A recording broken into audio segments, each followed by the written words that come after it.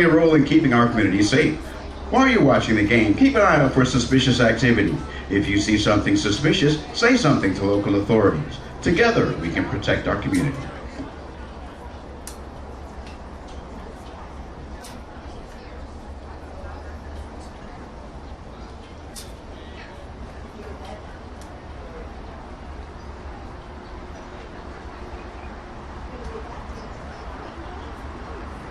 Good afternoon and welcome to the 2023 NCAA Division II Women's Lacrosse Championship at the Molly Family Field in Tampa, Florida. Today's first round game features the University of Tampa Spartans versus the Rollins College Tar. Here are this afternoon's starting lineups. First for the Rollins College Tar.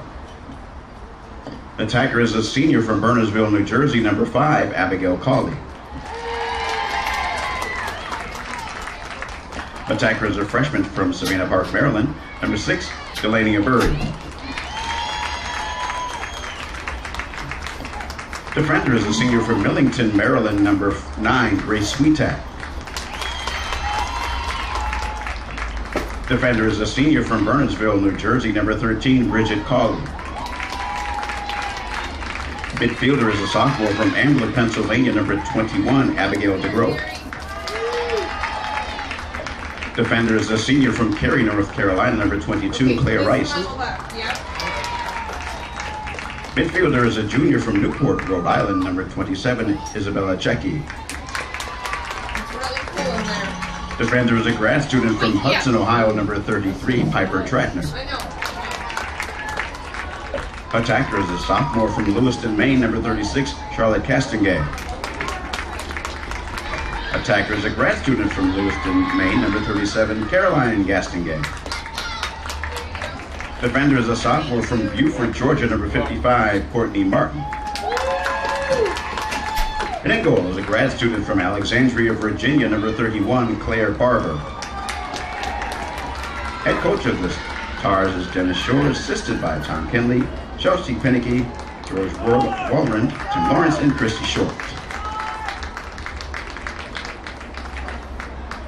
Now here are the starters for the University of Tampa Spartans. Midfielder is a senior from Sudbury, Massachusetts, number 4, O'Neill Gallinson. Midfielder is a senior from Waxhaw, North Carolina, number 6, Cece Colombo.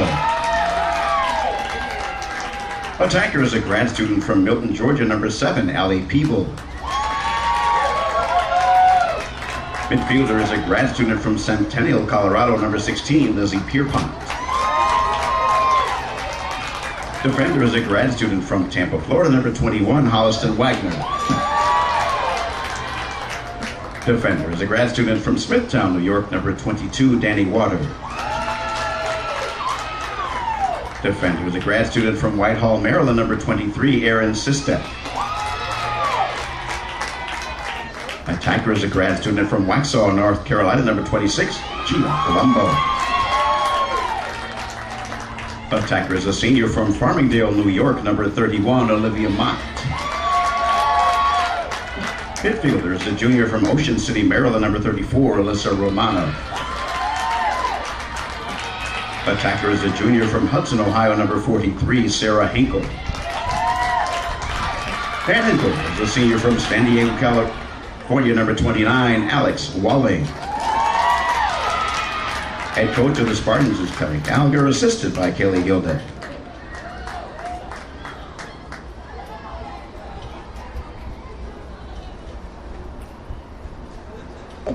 At this time, ladies and gentlemen, we ask that you please rise and remove your hats as we honor America with the playing of our national anthem.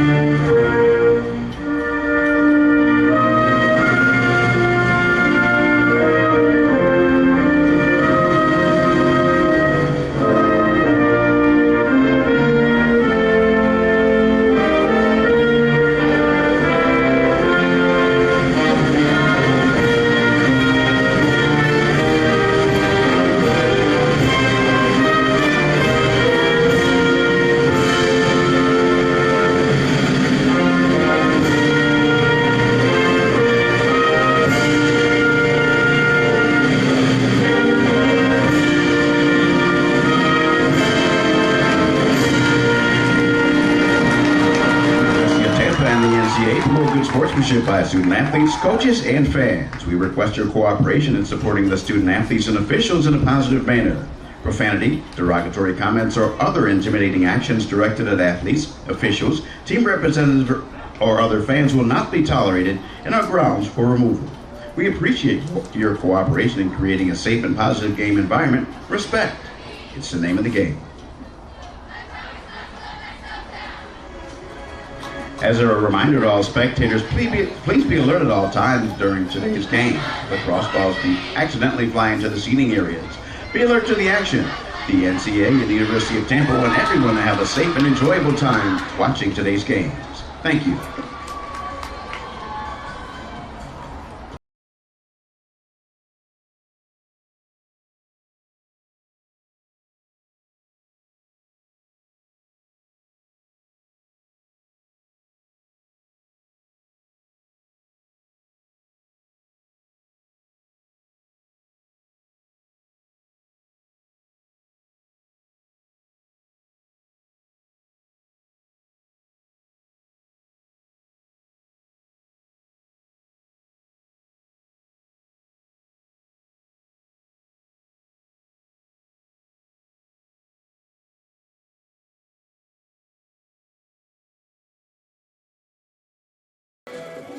Good morning from the Namoli Family Athletic and Intramural Complex on the grounds of the University of Tampa campus.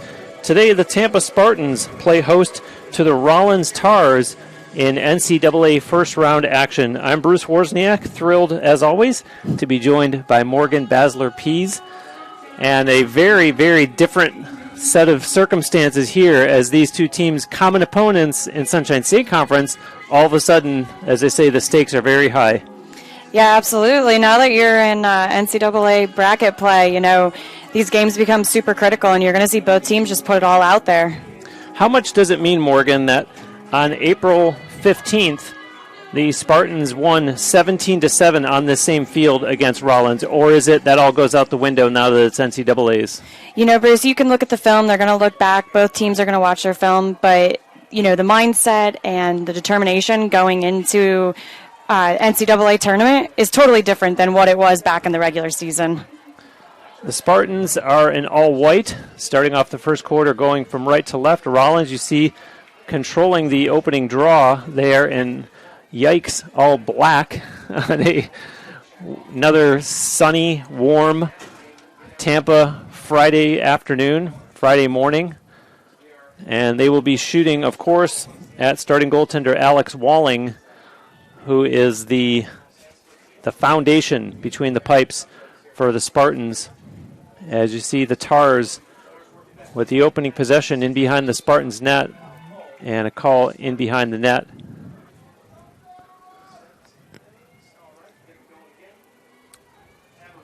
That is Yori Alf for Rollins, and she puts it back into play. And a pass up for Charlotte Gastonguay and Caroline Gastonguay on the team as well. Ball up top right now for Rollins, looking for the first shot of the game, and taken, scores! Caroline Gastonguay, I just mentioned her name, and 1:06 into the game, Rollins has a 1-0 lead. Yeah, you'll see right there that they just cleared space for her to take the lane down that left side, and she was just able to take the lane, go right in, and get that shot off. So great start by Rollins just to start the game off strong with a 1-0 lead. The Spartans come in as the Sunshine State Conference champions, and an amazing, amazing come-from-behind win to become Sunshine State Conference champions. That game was played right here on this field. And UT was down 10-2 at one point against Florida Southern, and not only rallied back, at one point they had a 10-goal third quarter, but won the game in overtime 17-16 and find themselves here in NCAA first-round action against the Tars. And possession awarded to UT.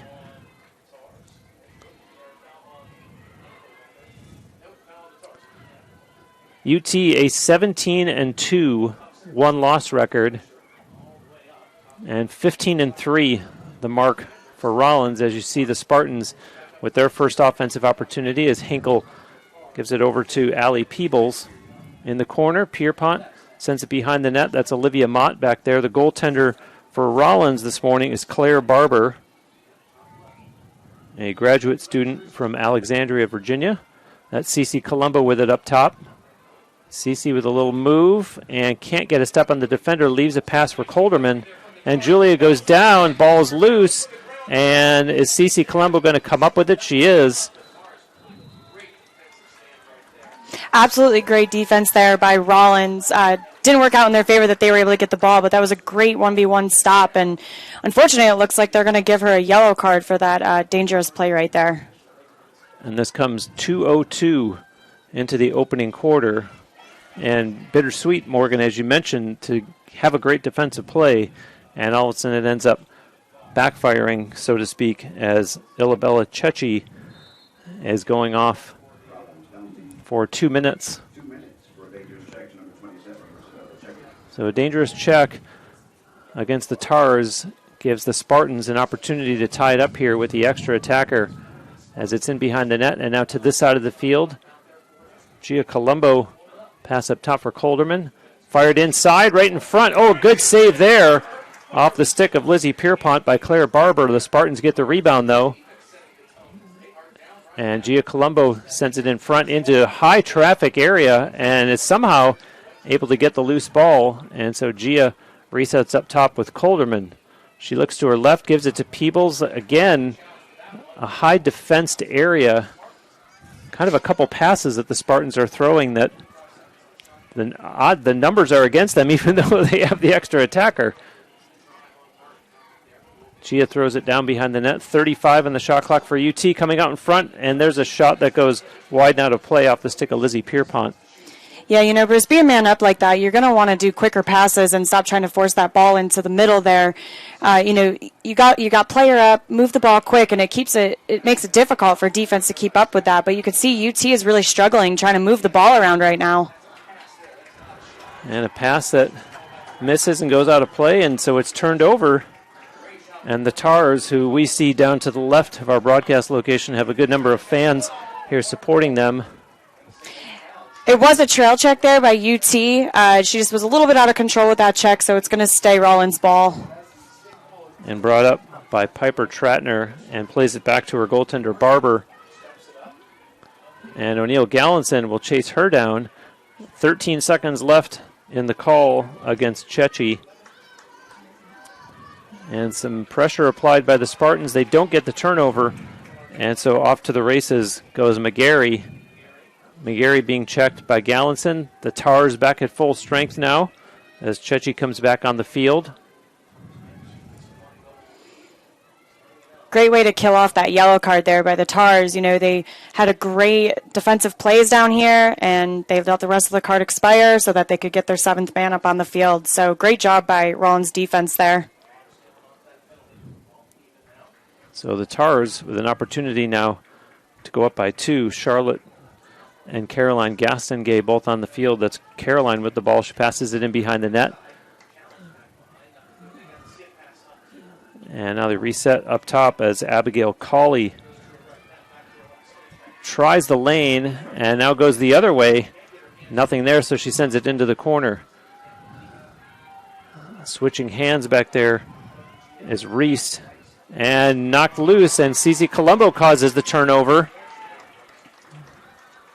So good play there. Cece, ahead it goes to Alyssa Romano on the run. Romano, we know she has good speed. Romano right down the middle and sends a pass down into the corner.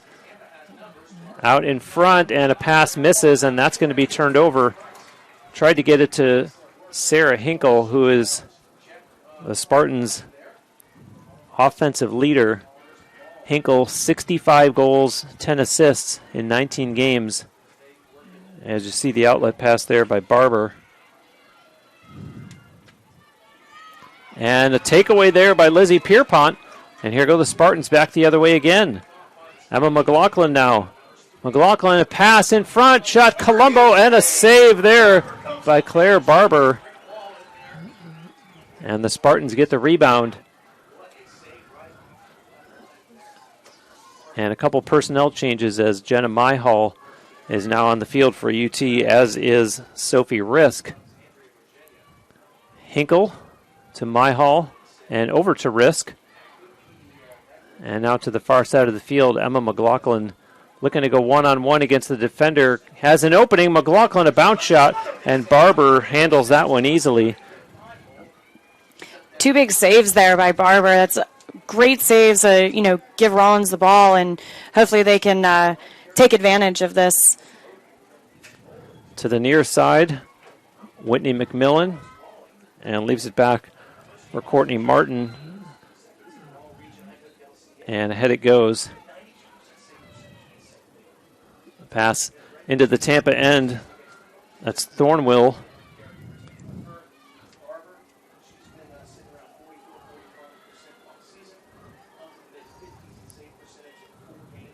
And now a pass for McGarry.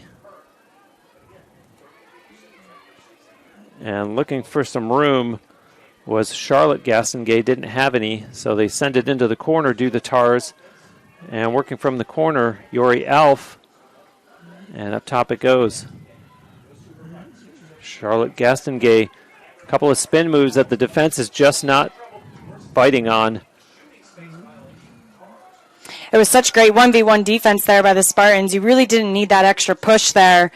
I get what she was trying to do. She was trying to come in and get the double team, but came in just a little bit too aggressive there. And, I really think that UT was holding the 1v1 defense there, so it really wasn't necessary. Now Colley, the ball's on the ground and still loose. And looked like the Spartans were going to come away with it, and they're still chasing it on the far side. And indeed, UT does have possession as Aaron Sistek fires it back. And now over it comes to Holliston Wagner. Wagner across midfield. Dangerous pass, and that one had interception written all over it. And so the turnover as Rollins pushes it back the other way. And you really have to be in good shape with the way this game has started out. A lot of back and forth action. Very aggressive game today, Bruce, and you'll notice that both teams are really struggling to clear the ball. There's been multiple turnovers in the middle of the field. It's going to be really important. What this game's going to come down to is taking care of the ball. Caroline Gastongay looking for room, sends a pass in front. The shot, good save there by Alex Walling. And now Alyssa Romano will start it up for UT. Romano gains a little steam. Romano continues on, crosses midfield into the Rollins end.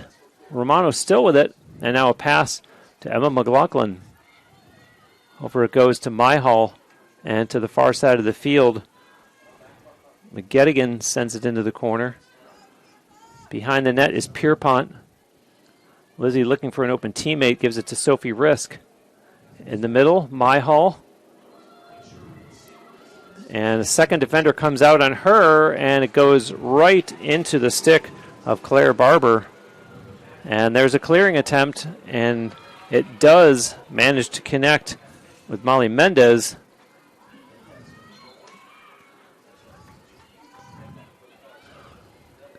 Only 5.5 to go in the first quarter. A very fast-moving quarter. Haven't had very many stoppages in play. And Bailey with it on the near side. Up top it goes for Mendez. Down goes the defender.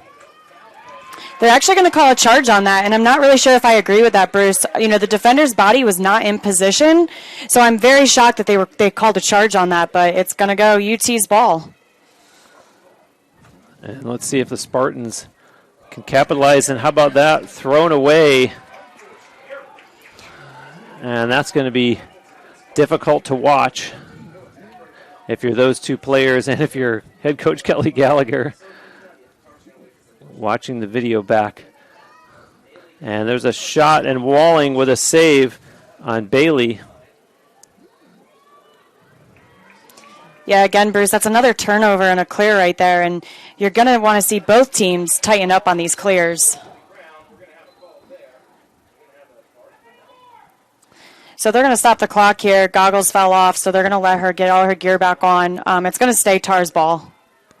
Yeah, and on that errant play, as much as the Spartans don't like to see that happen. They need to shake it off and rally and stop the Tars here, because it means nothing to the Tars to get that opportunity if they don't end up doing anything with it. So now we'll have the free position attempt by Mendez. Not the best angle for a free position for a righty here, so you might see on that far side someone cut. And she outlets up top. And now a pass in the middle right in front, and I believe that was deflected as it goes high and out of play behind the net. The Tars put it right back in. And to work goes Mendez. Now up top, Caroline Gastengay over for Bailey. Bailey, a good head of steam, shoots and scores!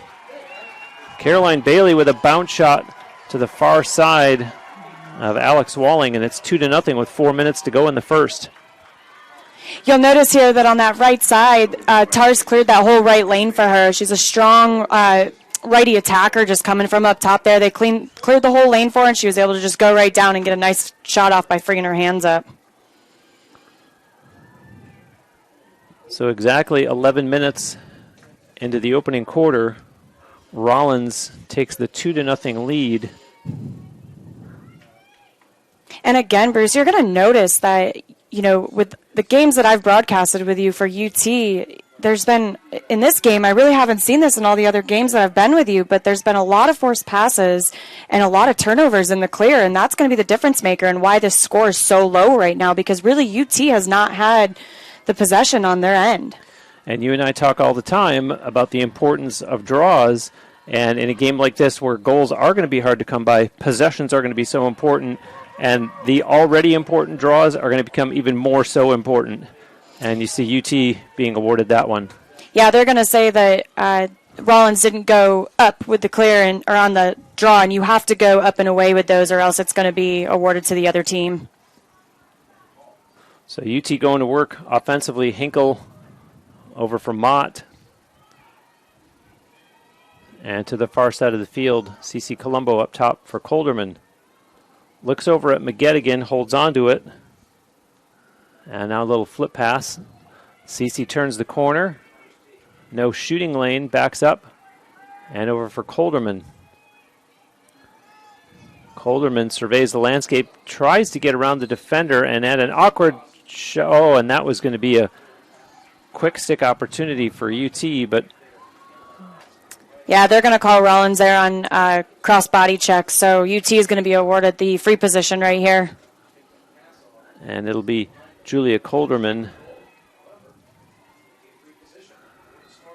Sends a pass over to Hinkle and a bounce shot that goes out of play, and position stays with UT. Pass in front, and bounce shot scores! Riley McGettigan, and the Spartans get on the board with 2:55 to go in the first. Great feed there to see the open girl just running straight down through the middle. Rollins just couldn't stay tight enough on that cutter, but I think that was actually like the first successful feed into the middle, and it was still pretty crowded in there, so UT was lucky that they were able to come up with that and finish the shot and make it a 2-1 score. And I want to go back to the free position. Colderman was not in the best position with defenders on either side of her, and I loved her decision to send it to Hinkle. Obviously, it's her choice because Hinkle's the leading scorer, but it's still that whole sequence of events, because then UT ended up retaining possession, and it leads to the goal by McGettigan, Lizzie Pierpont with the assist. Absolutely, and you know, when you see stuff like that and you know you're not at the best angle, you kind of just scan the whole entire 8 to see which one of your teammates could possibly be open to feed that off to. CC Colombo trying to influence the official who's not buying it and says possession to Rollins. And so with 2:40 remaining in the first quarter, score now 2-1. And Chechi puts it into play for the Tars. Weaves her way through a couple defenders. Gets a pass away for DeGroat. And up top it'll go to McGarry. Over now for Caroline Gastengay. Gives a little head nod of where she wants Charlotte to go. And a pass right in the middle, but too closely marked defensively by Cece Colombo. And now an opening, and cutting through was DeGroat, and the Spartans able to cause a turnover. And look out, Allie Peebles. Sticks coming up high on her. And now in the restart, away goes Danny Waters. Waters has open real estate. Waters, a pass in front, misses. And that'll be turned over again. Yeah, another forced pass there. And, she was open on that, but they got to finish and clean up these passes a little bit. The Spartans have actually caused 5 turnovers already to just 1 for Rollins.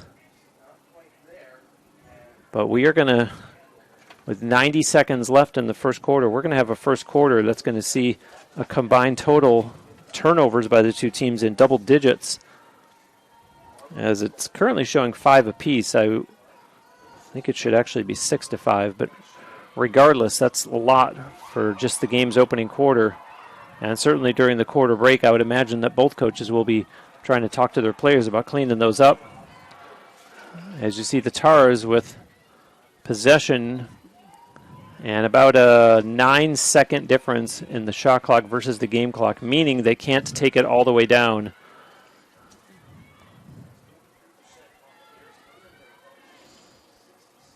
Pass over now and right back for Mendez. And on the run, there's a shot that goes wide and out of play. So now they can use the entire clock as the reset, as there's 37 left in the first quarter. And knocked down by Wagner. What Rollins should have done there is she was checked and the ball was in her stick. So what they should have done is just let the ball go out of bounds.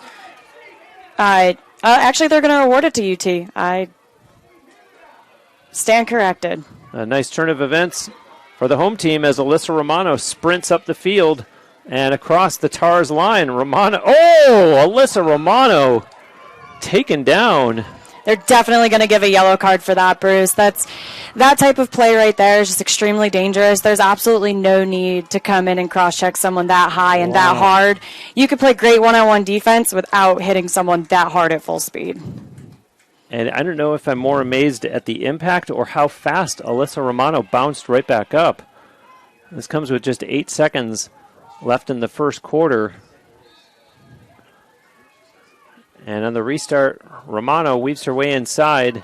The ball is loose, picked up by Rollins, but the clock is going to expire and bring us to the end of the first quarter. By the way, that was Madison McGarry that got the 2-minute call for getting the stick up on Romano. But we are through one quarter, and you're watching NCAA Lacrosse on TampaSpartans.tv.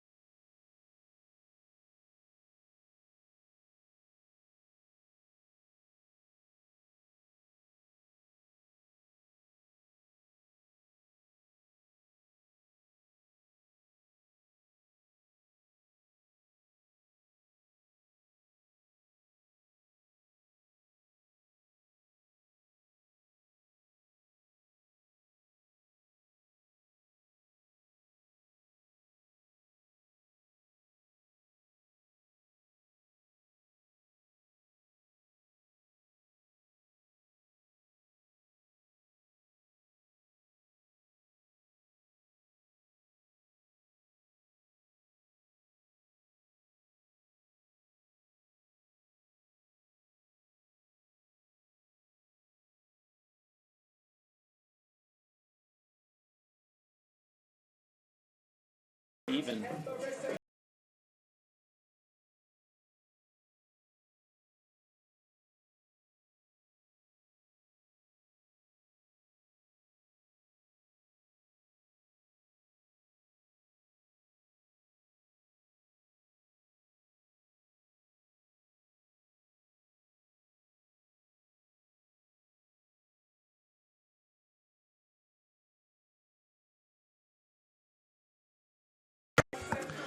Back live at the Namoli Family Athletic and Intramural Complex. 2-1 Rollins in the lead after the first quarter.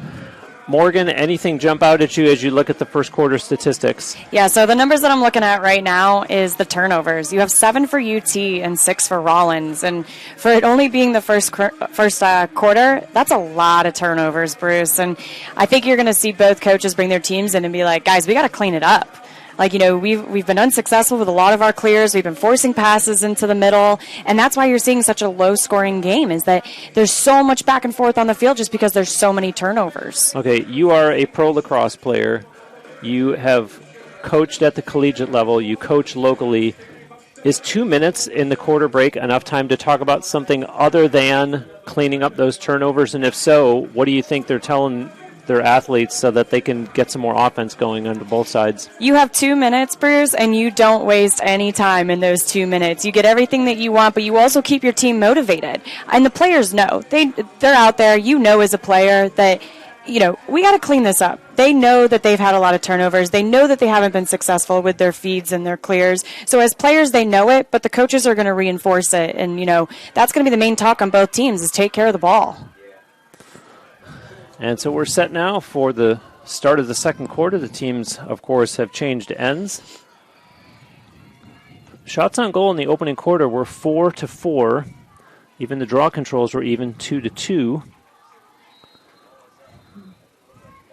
And the opening possession of the second quarter will go to Rollins. Going to say that UT didn't go high enough up and away with that stick, so Rollins is going to be awarded the ball off of that. And another turnover, Bruce. They're just not taking care of the ball. Yeah, mishandled there by Sophia Schindel and raked it back, and was fortunate enough that Courtney Martin was able to get it despite there being 2 Spartans right near the ball. And so Martin takes it down into the Tampa end. And some personnel changes still being made by Rollins.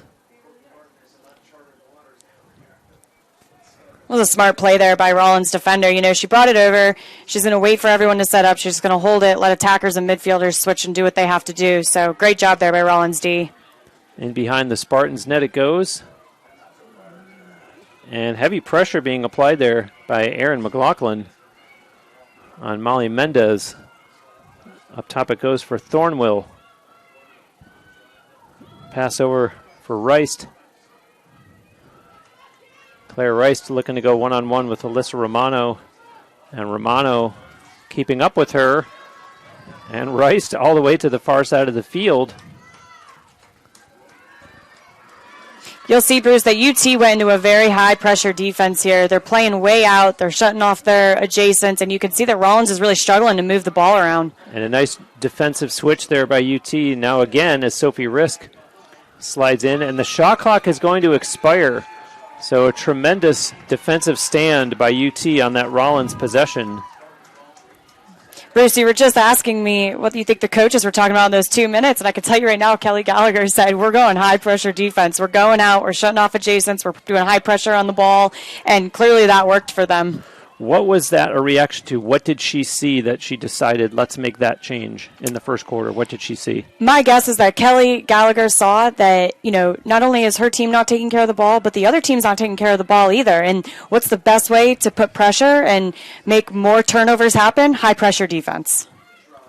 Here's Myhall changing hands, a shot, and that's going to go wide. And chasing it down will be Lizzie Pierpont to keep it in play. And a nice play defensively by the Tars, and they do get the takeaway. Again, just not taking care of the ball, and you'll see that Rollins D was pressed out there. And Schindel can't track it down. She goes down, and the Spartans come out with it. And Holliston Wagner sends it up ahead now. McGettigan pushes it up to Emma McLaughlin. Emma's going to slow things down. And sends a pass over for Hinkle. Now over to the far side to Myhall. To the corner it goes. And in behind the Tars net, that's Pierpont back there. To this side of the field to Emma McLaughlin. 11:43 to go in the second quarter. Emma McLaughlin tries to turn the corner. No lane available. And And play carries on. Behind the net it goes. And no white jerseys open in front. There's a shot, hit the goalpost. And possession stays with the UT. Our temperature is 85 degrees. And I'm sure much more than that down on the field. Not to mention the pressure, the intensity of this NCAA playoff game. As there's a pass for Risk in front, shoots and scores! Sophie Risk. Are they going to let the goal stand? It looks like no. I think they might actually call her on the charge. I'm looking to see if they're going to say the goal was good or if they were saying that it was a... Actually, what they're going to say was that the foul that occurred was before the shot was taken, and play should have been stopped beforehand. So what they're going to do is they're going to put UT back behind the goal on the floating dot, and they're going to start it out there. Little surprised by this call, because typically when you pull the flag out like that, Bruce, you get to finish the play. So I'm a little shocked that they just stopped the play like that. And now play stops again. And two of the officials conferring on the far side of the field.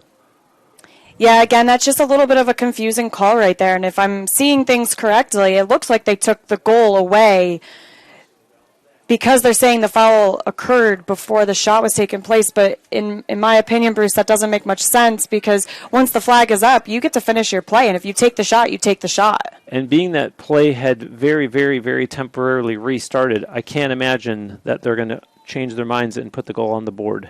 No, they won't at this point just because they already restarted play. But I think, if I were Kelly Gallagher, I'd be wanting clarification as to why the goal isn't standing.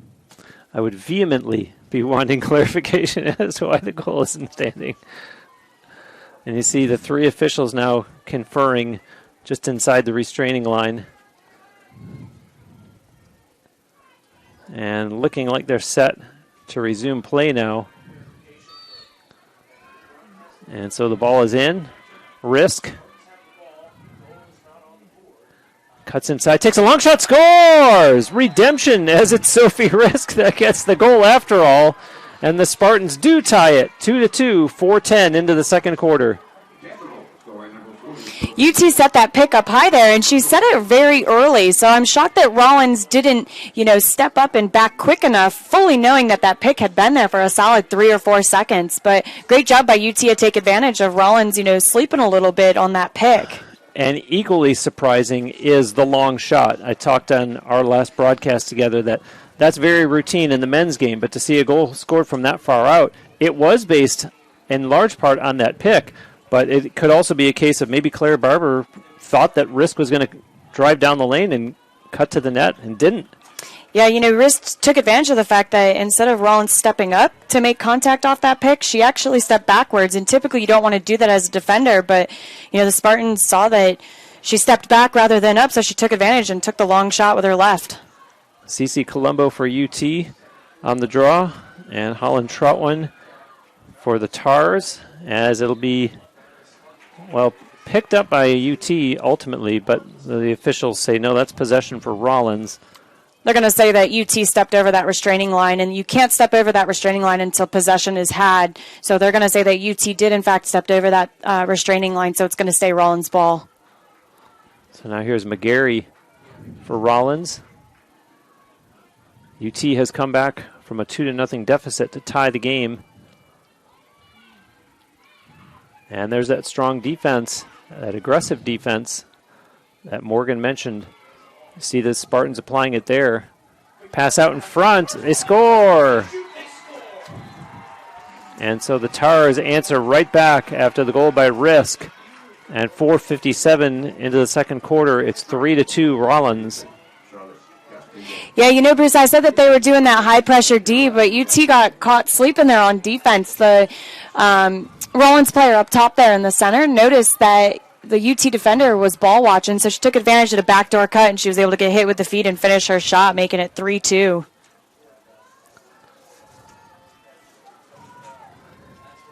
And so as backbreaking as the second UT goal was, Rollins, in the person of Charlotte Gastongay, says, I know a great way to fix that. She's assisted by Caroline Gaston-Gay, and now we have the ensuing draw. Cece Colombo for UT again, and Holland Troutwin for the Tars, and the Spartans will control this one as Hinkle has it. Gives it now to Peebles. Peebles sees the defender coming on, sends it over for Kolderman. Hinkle again, and now to Cece, and to this side of the field for Gia Colombo. Gia having trouble, can't find the handle, now picks it up and resets it back up top with Cece, and now Kolderman. And back to Cece again. She looks things over, wants to make a cut. Too heavily defended, pass in front, they score! Another the Spartans risky answer feed right there. back. Bruce, you'll notice there that was another risky feed. I'm actually kind of surprised that she fed that in because the defender was on her pretty tight. She just couldn't come up with that check. But, Cece saw just a little bit of that stick wide open, and she fed it in, and UT was able to finish the shot there. Sarah Hinkle gets the goal, and Cece Colombo with the assist.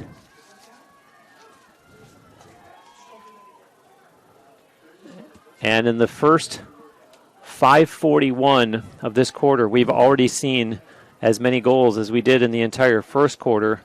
So the team's starting to settle into this game a little bit. The feeling out process is over, and now we've got ourselves everything that I think everyone expected this game to be. And another draw now at midfield. I'm watching Allie Peebles jockeying for a position on the far side. And it's going to be picked up by Martin for the Tars.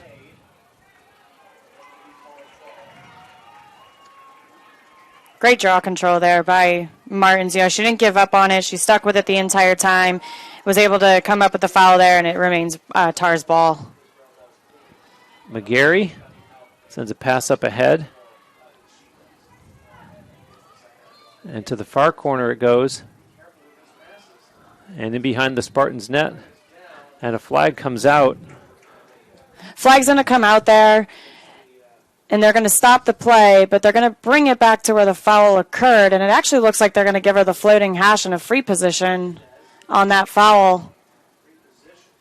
I'm actually a little shocked they're actually going to give her the center hash on this free position, which, in my opinion, Bruce, I'm very interested as to how she got that center hash when the foul originally occurred so far out. And it was not only, was it not in the 8, but it would, if anything, it would have been given the floating hash. But they must have seen something that I couldn't see up here. But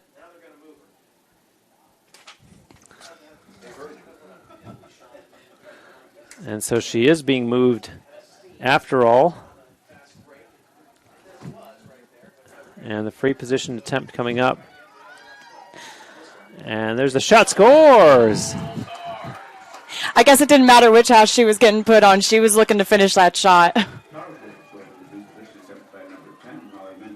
So Mendez gets the goal, and Rollins regains the lead now at 4-3.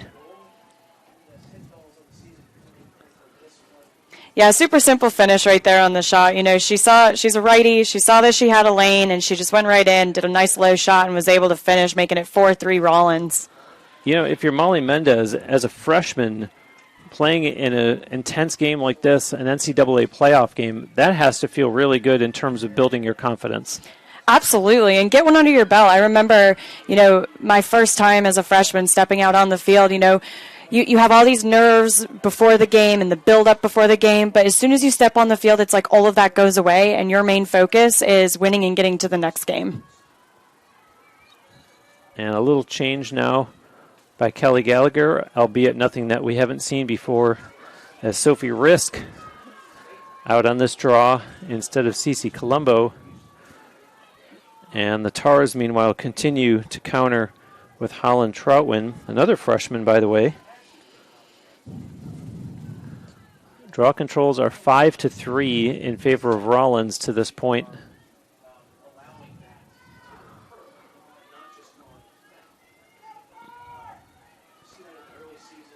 And the two participants seem to be set.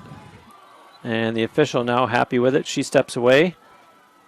And the ball is out. And Risk, will she chase it down herself? Good speed there by Martin. And the collision. You're going to notice, Bruce, in an NCAA game, as soon as you get to bracket play, officials are going to let a little bit more go. They want the game to keep going.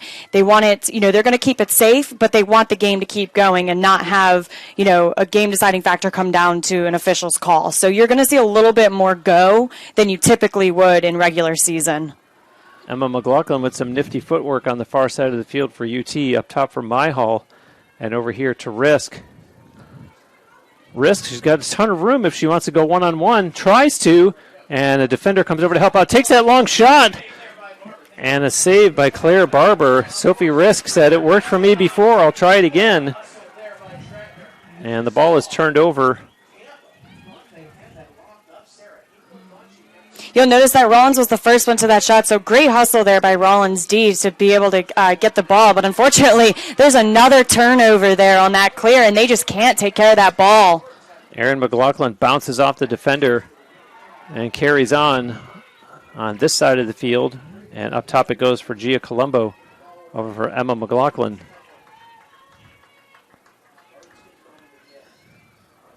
McGettigan and to Mott behind the net. Mott, no white jerseys in front, and will try to do it herself. And no, backs out and sends a pass over instead as UT resets up top. Risk sends it over. Emma McLaughlin cuts through the middle, has a lane, shoots, scores! Emma McLaughlin, and we're tied again, 4-4 now. McLaughlin saw that she had that lane there. You'll see that UT kind of did a screen that got Rollins' defense mixed up a little bit, and McLaughlin took advantage of that and just went right down the middle with her left hand and finished. But, Bruce, you'll notice that all started because of mishandling on the clear there by Rollins, which these turnovers, if they keep adding up, you're going to see a lot of back and forth in this score here. So the Spartans, again, it bears repeating, they were down 2-0, tied it at 2. And it's like a couple of heavyweight prize fighters here trading blows in the form of lacrosse goals as we're at 4-4. And it'll be Sophie Risk again for UT, and this time Abigail DeGroat on this draw.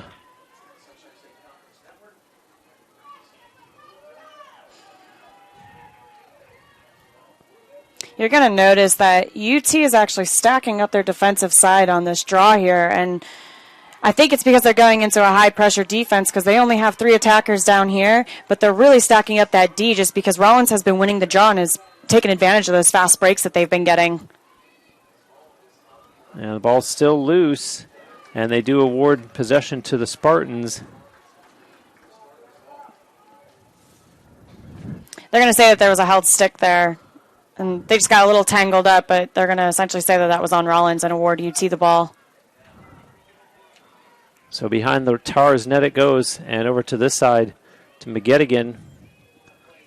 And now Emma McLaughlin up top. Risk over for Myhall.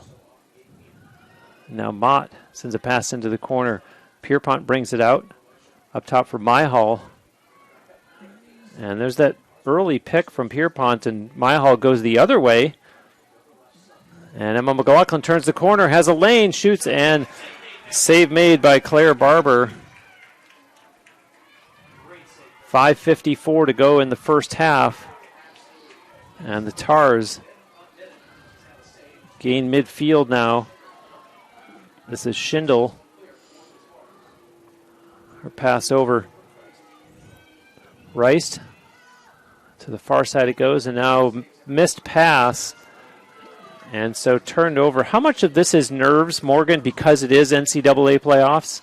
Absolutely. I mean, I know that there's probably some nerves there, but when you step out on that field, Bruce, that all has to go away. You got to focus on, taking care of the ball and just focus on the little things. You've worked so hard all season to get to this point. You made it to the NCAA tournament. You got to take care of the ball. Alyssa Romano, you see her taking it for all intents and purposes, the length of the field, has it down and behind the Tars net now. And Romano sends a pass over for Kolderman. Peebles to Hinkle. And as Romano leaves the zone, in comes Cece Colombo. And that's Cece with the ball now. An opportunity here for Cece to go one-on-one. There's a lot of open real estate there. And pass dropped by Kolderman, picked right back up. Kolderman tries to get a little burst, a little spin move, and a second defender slides over to help out. And now Peebles to Pierpont. Cece looking to go one-on-one again. And again, nice defensive switch there, sliding over to help out. Kolderman, 21 on the shot clock. Kolderman and Barber with the stop. And the clock resets. And now Kolderman, as the Spartans continue working here. Kolderman. And lots of activity around the net. Cuts inside. That was a great setup there by UT. They put the stack down in that far corner, fully knowing that Kolderman was going to take it 1v1 up there, and that would actually cause the slide to come from low to high, which is actually going to draw that shooting space and give her that free position. So great play there by Kelly Gallagher and her team. There's Julia one-on-one against Barber. And Kolderman takes a quick shot and scores! What a shot by Julia Kolderman. Took maybe 2 steps and fires it past Claire Barber for a 5-4 Spartans lead. You'll notice on that free position that Rollins was actually able to get there and meet her stick, but it wasn't enough to change how that shot was going to go. And she was able to get it in that top right corner, so beautiful placement there to finish the shot. And Bruce, this is Tampa's first lead of the game. Morgan, what is Tampa seeing that they're deciding? Because in that case, Kolderman could have continued on and pulled up and decided to shoot quick. What are they seeing that we are seeing a little bit more, without overstating it, a little bit more outside shots from the Spartans? Spartans have great outside shots, and Kolderman has a very, very strong power shot on that free position. You'll notice that she's not really going to run it in very often, and I think that's why they set her up for that play, fully knowing that she could get that power shot and finish it on the free position and take their first lead of the game, which is really what they need, and we'll see if the momentum stays in their favor. So the draw now, and Spartans went back to Cece Colombo. She was opposed by Abigail DeGroat. UT controls the draw, and with the 5-4 lead, an opportunity now to go up by 2 as Mott takes it in behind the Tars net. To the far side of the field, it goes to Kolderman, who just scored, over for Cece. Cece changes hands. In behind the net, it goes to Mott. Up top for Kolderman again. Kolderman, spin move, and a defender slides over in front. They score! Almost the exact same play there, Bruce. You're going to notice that Kolderman had the ball up top. She went to go drive for the 1v1, and you'll see right here on the replay, she went to go drive for the 1v1. That defender slid a little bit too early because Rollins really was doing great 1v1D, but because she slid from that from her attacker from low to high, it left her attacker wide open in the middle. Kolderman dumped it, got the assist, fed, and scored. Lizzie Pierpont gets the goal, and as Morgan just mentioned, Julia Kolderman with the assist. Pierpont now with a 2-point game, 1 goal and 1 assist, and same for Kolderman. And very balanced scoring for the Spartans as well. They have 6 goals from 6 different players.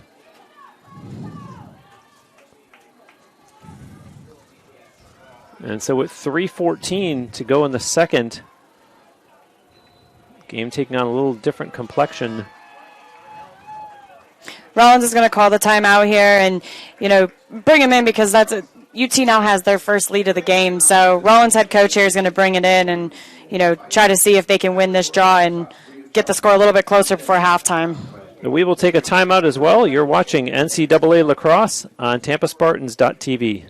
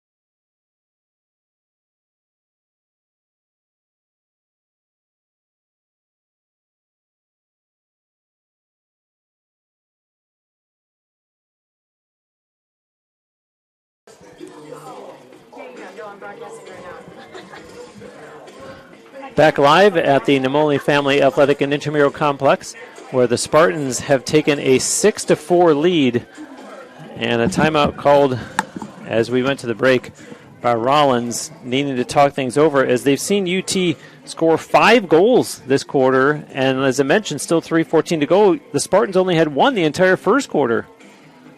I think you're going to notice that, Tampa, taking care of the ball, coming out in that high-pressure defense, and, having these successful clears is really what's changing the momentum of the game for UT here. And now it's going to be Rollins' turn to come bring it in and, have the conversation of we got to clean it up, we got to take care of the ball, and we got to be ready for UT to change where they're going to place it on the draw control here. So CC Colombo out there for the Spartans, opposing Holland Troutwin on this draw. And UT seeming like they are still playing this defensively, setting up for this draw. The draw controls are 6-5 in favor of UT. And Colombo and Troutwin appear to be set. And now the official steps away, and the ball's out. And still chased and picked up once again by Courtney Martin for the Tars. Courtney Martin's been having a great day on that draw circle. Troutwin herself sends a pass into the corner. Behind the net it goes. Pass to the far side. That's Thornwell. A little head nod for one of her teammates. There's a pass that connects, and Romano forces play to go in behind the Spartans' net. And now out in front, there's a shot. Walling with a great save, stopping Molly Mendez. And a big shot in the arm for UT there as the pass is corralled by Danny Waters. In she comes. Waters, bounce shot, scores! Danny Waters, what a play! And the Spartans lead it now 7-4.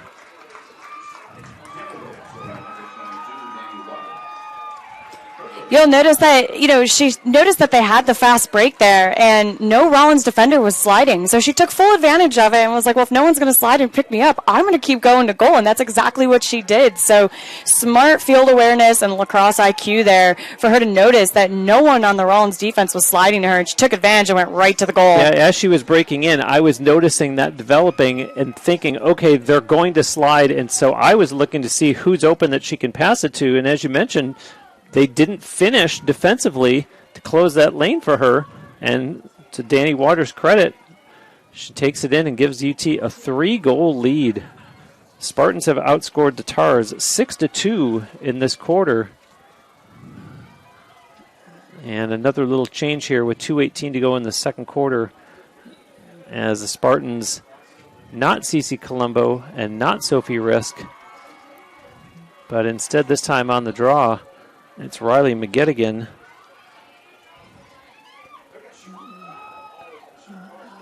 And possession to the Tars.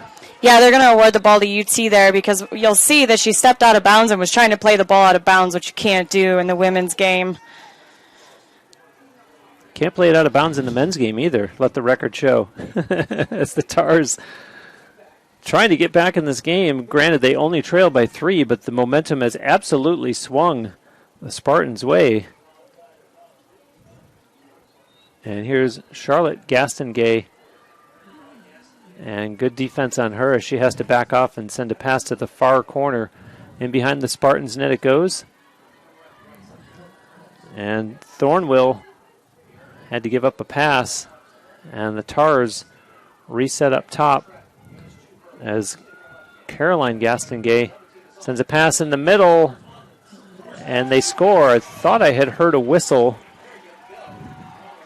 but regardless, the Tars stopped the run of three straight Spartans goals and cut it to 7-5 with 75 seconds left in the second quarter.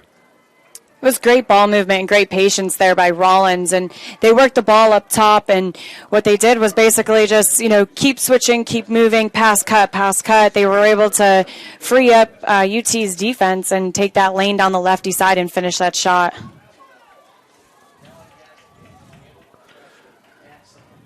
Draw controls have swung to the Tars 7-6, and going back to Sophie Risk for this draw.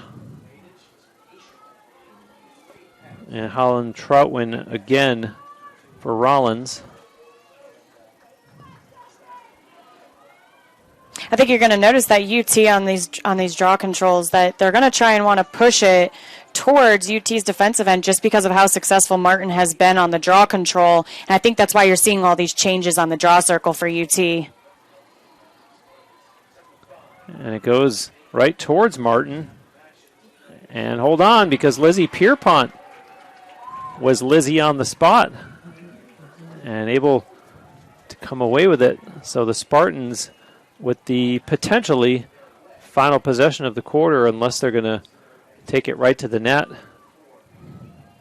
Morgan, do you anticipate them using the entirety of the clock? Absolutely, Bruce. They're going to use the rest of the clock here and see if they can go into the second half with an 8-5 to lead. And they're not going to want to score too early because, again, as we've stated in previous games that I've been broadcasting with you, it only takes 10 seconds to score a goal. And I would be shocked if UT wants to give Rollins a chance. Emma McLaughlin says, I'm going to make that broadcaster sound bad, and I'm going to take it in and score with... Now clock just ticked down one more second. 29 seconds to go in the second quarter. Yeah, I spoke too soon, but she noticed that she had the lane there. She took it straight down. Rollins' defense didn't slide, and she went right down in the middle there and was able to free her hands up and make it an 8-5 lead. But again, there's still 29 seconds left on the clock. It only takes 10 seconds from the whistle of the draw control to go down and score. So I'm a little shocked that UT didn't want to waste more time and try to go into that second half with an 8-5 lead, fully knowing that, Rollins has been very successful in this draw control. Riley McGettigan, that's her second goal of the game. It's unassisted. And I had mentioned that the Spartans had gotten single tallies up and down the lineup, and they have their first player of the game with 2 goals. And as Morgan mentioned, still 29 seconds here, so enough time. And makes this draw even more important. And they do get it away from Martin, and ball seemed to be a magnet to her stick as she's the one in there battling, and the UT comes away with it. 18 seconds. That's Emma McLaughlin with it. And she's going the wrong way if the Spartans are going to get one more shot off. 8 seconds left. Pass to Emma McLaughlin. 4 seconds left. And she's going to let the clock run out. And so the Spartans will go into the halftime with the 8-5 lead, Morgan, that you had said they would have worked towards had they used the entirety of the clock. But happy to go in with a 3-goal lead after having trailed 2-1 at the end of the first. A very different second quarter. Yeah, still a very close game, though. 8-5 going into the third quarter. I mean, this score can definitely go both ways, especially with the turnovers that we've seen, the draw controls that we've seen, UT changing up how they're doing the draws, UT changing up their defense. So this game is still very up in the air with what the end result's going to be.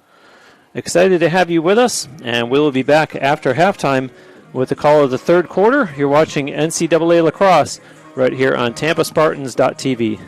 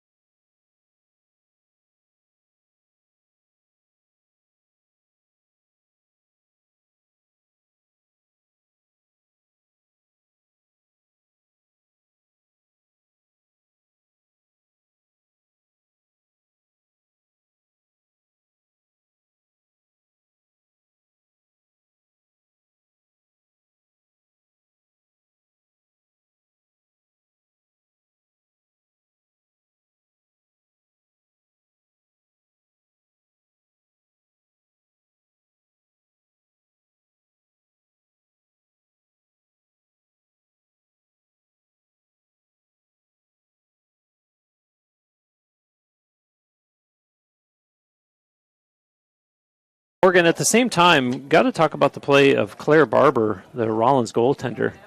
She's had an excellent first half, 6 big saves, and they weren't just like, shoot to your stick saves. They were big saves. So shout out to Barber for really stepping up for her D and keeping this score as close as it is right now, especially because you'll see that UT's had 19 shots on goal.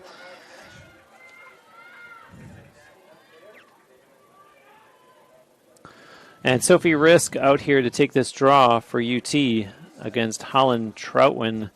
And the draw control is very even, 8-7 in favor of the Spartans. And the player to watch has been number 55, Courtney Martin for Rollins, who, as I said, seems to have a magnet on her stick for these balls as they're coming out on the draw. And the second half is underway, and that one goes UT's way as Risk herself able to come up with it, gets it to Myhall. Over on the near side, Pierpont goes up top for Hinkle, and to the far side, Emma McLaughlin pushes it over for McGettigan, and Risk with it again. To this side to Myhall, and back up top to Risk again. Fakes the pass, goes back to Myhall again, and into the corner. Pierpont gives it right back to Myhall, and Risk, as you saw, the defense was going to try to go for the turnover, and that one goes out of play. And it looked like Isabella Chechi was going to jump and try to get the takeaway. Spartans still in possession, though. To the corner it goes, and here's McLaughlin up top. Emma sends it over for Risk and gets it right back. To this side, Myhall pass in front, Hinkle scores! Sarah Hinkle, and that's what she does. I mentioned about her big numbers, 65 goals in 19 games coming into today, and Sarah Hinkle now gets her second goal of the game. And it's 9-5. Yeah, Rollins got a little off guard there on their defense, and she was wide open there in the middle for a few seconds, and very simple feed in and finish the shot. But, Bruce, I do want to make mention of the fact that I'm a little shocked that they reset that shot clock on that first shot that they took, because the shot was so wide, and usually you only reset it on, a shot on cage. So I'm a little surprised that they reset it. But Agreed. I had noticed that as well and kind of made a mental note that it was a bit of an oddity, and works in Tampa's favor as they continue on and get the goal for a 4-goal lead. Something that I didn't think we were going to see with that first quarter being so tight. And as I had mentioned, just a 2-1 Rollins lead at the end of that opening quarter. And now the Spartans control this draw. Myhall gives it to Emma McLaughlin. Emma's off to the races, crosses the Rollins line. And directing traffic gives it to Hinkle, who just scored. And watch out if you're Rollins, if Sarah Hinkle gets on track. Although the Spartans, as I've mentioned a couple times, with balanced scoring today, there's a shot by Myhall, and it goes towards the far corner, run down by Pierpont. So UT with a 4-goal lead now, and still in possession here, as this is Emma McLaughlin with it. Emma takes it right through. Bounce shot, scores! And to use a Morgan Basler-Pease term, they were ball watching there as Emma McLaughlin takes that right in for her second goal of the game. That was almost too easy for Emma McLaughlin there. She saw the lane and, she beat her first defender and the slide was there, but no one made contact on her. And she said, fine, if you're not going to stop me and you're not going to make contact, I'm going to keep going to goal. And that's exactly what she just did there. I got to believe that if you're on the coaching staff of Rollins, you're a little concerned as you see your defenders standing out there eating popcorn, watching this movie unfold right before your very eyes when you are trailing the way you are, and it's an NCAA playoff game. Absolutely, and now this is like the third draw control that's going to be happening here. And, UT's come up with the first two, and you're going to notice that Martin's not on the draw this time. So I'm wondering if they're trying to change things up a little bit to see if they can come up with a possession here. Sophie Risk for UT. And that still was Holland Trotwin for the Tars, and Rollins does get the draw control. And off to the races goes Chechi. A 10-5 lead for the Spartans.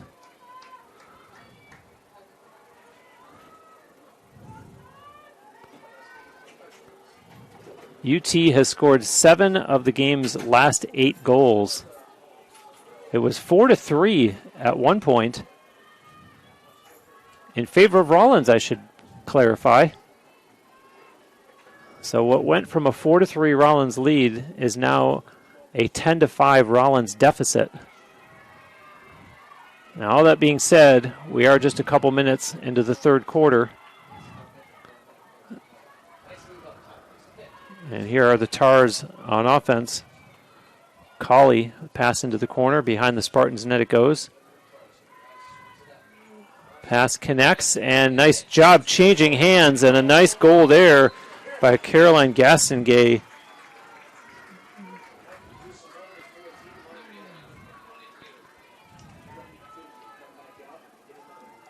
Yeah, Rollins had the ball up there, and, UT is still in that high-pressure defense, and they went to go for that interception, and it just didn't work out in their favor, and that's one of the things you have to be careful with is if you're going to go into a high-pressure defense and really look to shut off adjacents and try to pick off passes, you have to be ready for that second slide, and UT definitely was not ready to have a second slide available, which allowed her to just have that whole entire lane open because her defender went to go intercept it, was unsuccessful with it, so now it's a one-on-none against the goalie. Riley McGettigan will go out there for UT to take this draw against Abigail DeGroat.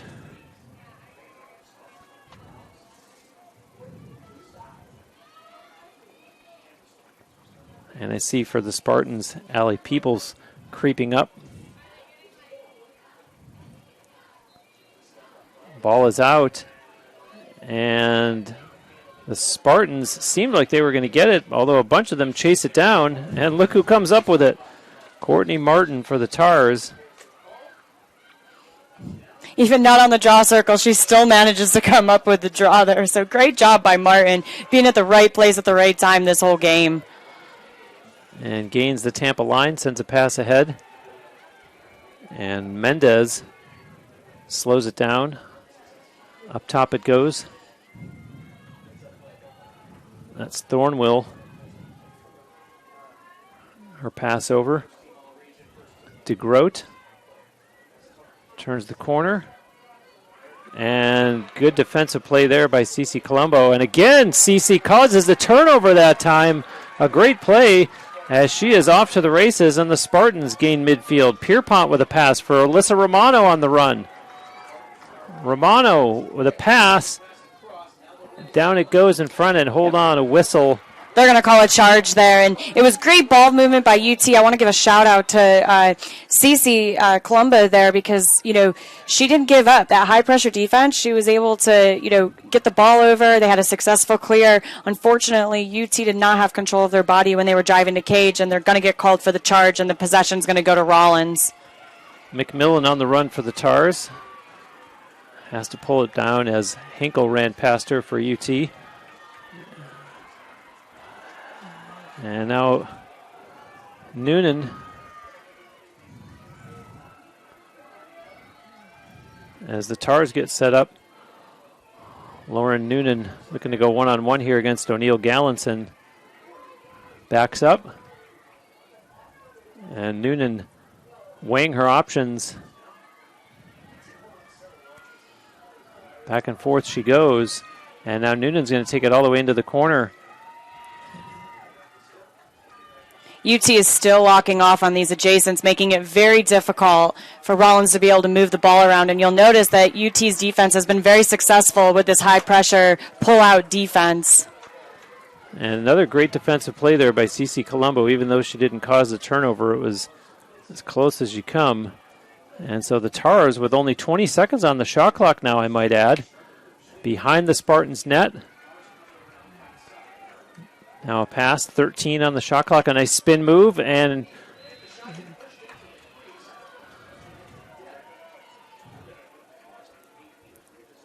call against the Spartans. Even though that Rollins was able to get the shot off there, the foul did affect the shot, so they're still going to award her the free position.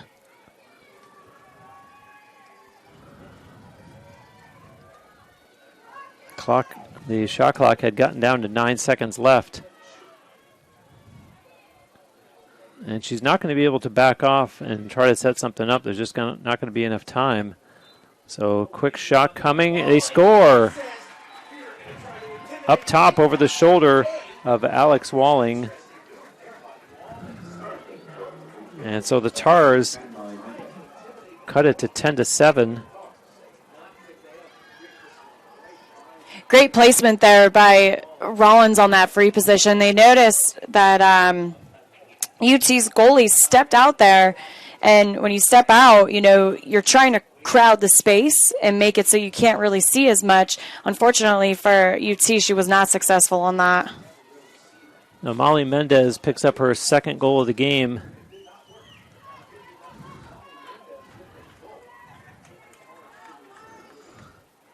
And so the Tars trying to claw their way back into this game. UT had scored the first 2 goals of this quarter to make it 10-5, and now back-to-back goals by the visitors. And it's a football-like 10-7 score. McGettigan on the draw this time for UT. And that's DeGroat for the Tars. You saw Alyssa Romano come down with it for the Spartans. She went down to the field. She's back up, and play resumes. Romano crosses midfield. Weaves her way through traffic across the Tars line. Cuts to the middle and now dumps off a pass for Pierpont. Peebles. Allie sends it over for Cece Colombo. Cece to the far side, back for Peebles. Peebles trying to shake and bake, and the defender won't bite on it. Peebles comes back, comes down the lane, and a save made there by Barber. And Cece Colombo gets the rebound on the far side of the field. So the Spartans get a fresh shot clock. And now Cece gets around the defender, dumps it in front. Pierpont shoots and scores.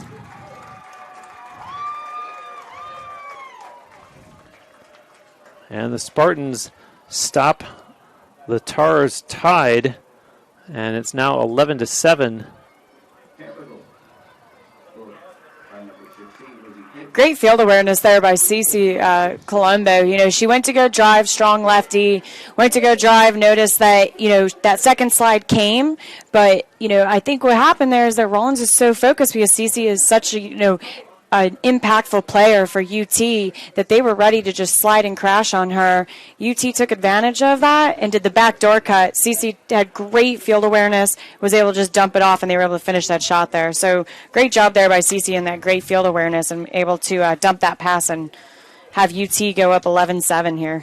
Second assist of the game for Cece and second goal of the game for Lizzie Pierpont, who also has an assist, as we see Sophie Risk ready to take this draw for the home team. NCAA playoffs. I'm Bruce Wozniak, joined by Morgan Basler-Pease. We are at the Namoli Family Athletic and Intramural Complex on the grounds of the University of Tampa campus. And possession to Rollins here, as the Tars take it into the corner. Bailey chased behind the net. And no black shirts at all anywhere near the net right now, as they finish making some personnel changes. And this is Alf. Sends it over for McGarry. McGarry tries to get around the defender. Can't. Good pressure there defensively by Emma McLaughlin, as Alf is being backed up and backed up some more. Into the corner it goes. And behind the Spartans net. They take it to the far side. And now up top it'll go for Bailey. Caroline Bailey has room, takes a bounce shot, scores! And they're also going to give UT a yellow card. They're going to say that what happened when she drove to cage there is that contact was illegal. And not only did it affect the shot, but they're also going to give UT a yellow card for that. And that'll be Caroline Bailey's second goal of the game. You'll notice on that replay there that they're going to say that when she went to go take the shot that UT hit her in the back, which technically, yes, that is a yellow card. I'm a little surprised that they're giving it in the third quarter. You know, typically they would, you know, just award the possession to UT here, but they're going to say that it was dangerous enough that it was yellow card worthy. And given the statement that you made earlier that they're going to tend to let a little bit of that stuff go because this is NCAA playoffs and you don't want the officials' call to be a difference maker. Rollins, that goal stands. It's 11-8. Now they have a chance to make it 11-9. Alyssa Romano is the one who's penalized 2 minutes for dangerous contact. Yeah, so not only is, you know, Rollins going to be man up here, but they're also awarded the possession at the start here so there's not going to be a draw taken. This is McGarry with it. Into the corner it goes. Mendez sends a pass behind the net. And quickly, the Tars work the perimeter. And a whistle.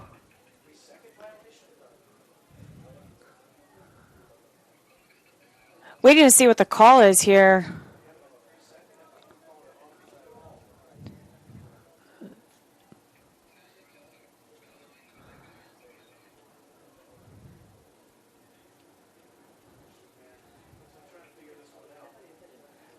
The officials communicating with each other, but we don't have a mechanism. It looks like it's going to be a 3 seconds call there, just based on the placement, but it was kind of hard to tell what the final call was. Still 80 seconds left in the call against Alyssa Romano. Tars with it. And there's a pass over. Right back up top to Caroline Gastongay. Pass in the middle into a high traffic area. And we do get a push called against UT.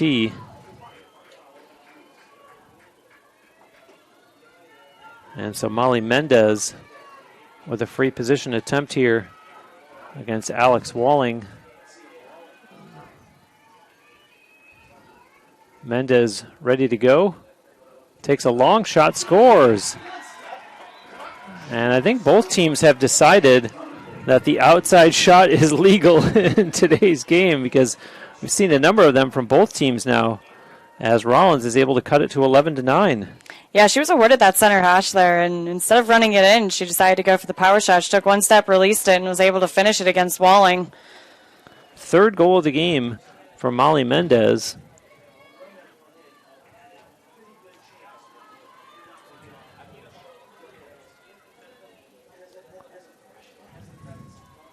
We now have an 11-9 game, Bruce, and it was in UT's favor. They had the momentum, but ever since that yellow card was awarded, and there's still a minute left on that yellow card.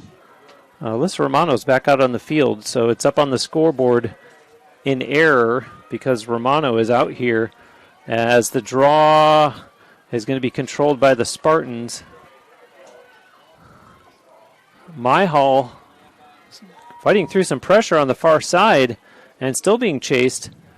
And Myhall finally with some room to breathe and settle things down, just gives it to Risk.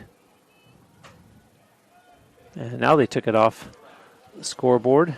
It's a Spartan setup in the Rollins end, and Risk moves it over for Myhall. And Myhall one-on-one, lost it, picked it back up, cuts down the middle, and the defender slides over to help. McGettigan with a pass over McLaughlin. We've seen her take it right to the net a few times as it's mishandled behind the net. A couple of them battle for it back there, and the Tars come out with it. And that's just a hustle play, as Grace Sweetak outworked her opponent. And the Tars with a chance now to potentially make this a one-goal game, as there's a collision there. Aaron McLaughlin for UT. And on the restart, McMillan brings it across midfield. And knocked down. And good play there by McGettigan for UT. And they award possession to Rollins. And crowd is not happy with that call, only because what the crowd's seeing and what I saw was that Rollins tripped up UT there, and it should have gone to UT's ball. The ref missed that call, and then what happened was UT tripped up with Rollins, and it was actually awarded Rollins' ball. But I think what a lot of people have to understand is that the officials can't see everything out there, Bruce. They do the best they can, and they make the calls the best they can, but they can't see everything out there. So as a result, Rice pass now for Charlotte Gaston-Gay. Little spin move. And down she goes. Tars able to carry on. I was just going to say that if you're Alex Walling, you need to be on the lookout for these outside shots. And before I could get it out of my mouth, the Tars do it again and make this a one-goal game with 3:30 to go in the third. We now have a one-goal game here, Bruce, and it's, I thought that they were going to award her with the shooting space just because, she went to go shoot that outside shot that we've been saying, and, the UT defense wasn't up and wasn't within stick's length, so I'm a little surprised they didn't call the shooting space, but, Rollins didn't give up on it. They said, I didn't get the shooting space call, I'm going to pump fake, didn't get it, I'm going to keep going to goal, and she was able to finish it there. So Rice gets the goal. She also has an assist in this game. Caroline Gaston-Gay gets the assist. And she now has 2 goals and 3 assists. And it's 11-10 as the drama continues here in West Central Florida. And possession to the Tars. Yep, they're going to say that was a false start there on UT, so Tars are going to be awarded the ball. It's right in front of the UT sideline and played back. And now up ahead it goes. And the Spartans back the other way. This is McGettigan. Great defense to slow the fast break down there by Rollins. UT had a 2-1 fast break there, but it was great 1v1 defense there in order for them to slow that fast breakdown, and now UT has to go into a settled offense. CC Colombo on the far side of the field. Up top it comes for Peebles. Peebles, long shot, scores! Allie Peebles fires that one past Claire Barber, and the Spartans take a 12-10 lead with 2:32 to go in the third. Yeah, that was another outside shot first. So, like you said, they keep taking these outside shots. She had just cleared past the 8, and she released her hands on that far right side and was able to finish the shot. So the newest name to get into the goal column for the Spartans. 8 different players have scored goals for UT. And a 12-10 lead.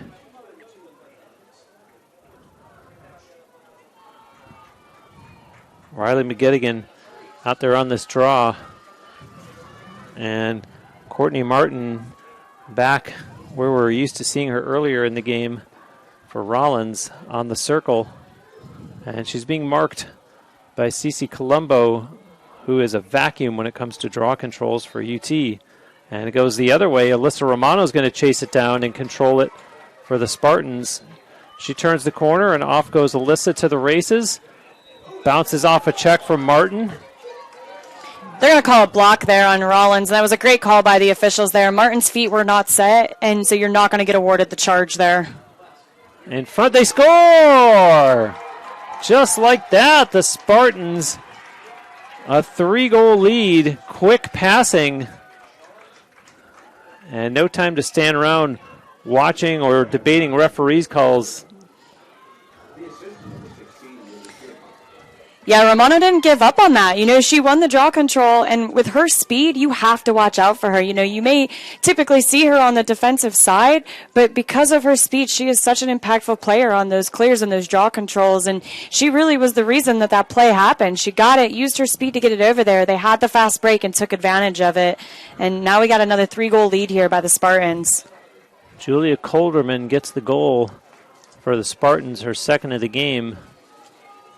And the assist to Lizzie Pierpont, who has a 2-goal, 2-assist game going, as both teams have scored 5 times each here in this third quarter. 2:09 left in it. And now the draw at midfield.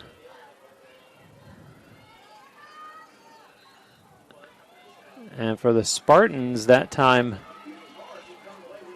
out for the draw was Kayla Brennan, and she promptly goes off the field. The Tars, you see, with the possession.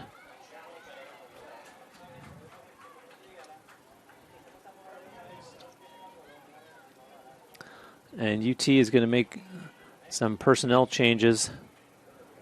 1:56 left in the third quarter.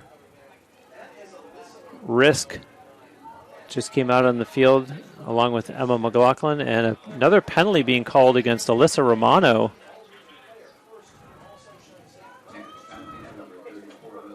I'm a little surprised, and I guess I'm not really sure where that yellow card is coming in, but again, you have great officials out there. It's NCAA tournament time.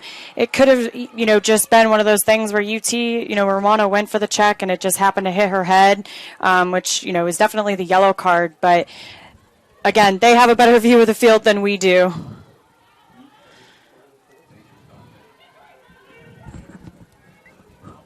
So Romano, the dangerous contact penalty. And the Tars, the chance to answer back after 2 UT goals. And I was about to say turned over. Indeed, the Spartans come out of the pack with it. And there goes Danny Waters across midfield.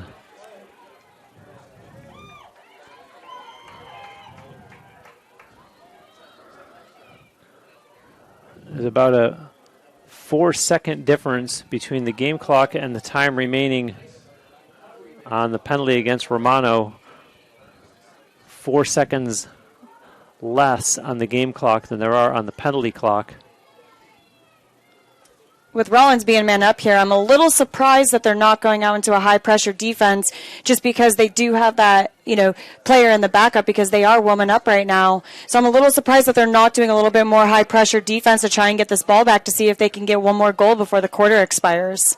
And for the Spartans, I expected them to try to kill off as much of this as they can, meaning the penalty more so than the game clock. As you see, Cece Colombo back behind the Tars net, and now she's being chased. And Cece turns the corner, comes out in front. Oh, another defender comes over, and down goes Colombo. Ball is loose, and the Tars come away with it, but they're not going to be able to get a shot away as the clock will expire on the third quarter. And so it sets up for an exciting fourth quarter as UT leads at 13-10, and we will be back with more NCAA playoff lacrosse right here on TampaSpartans.tv.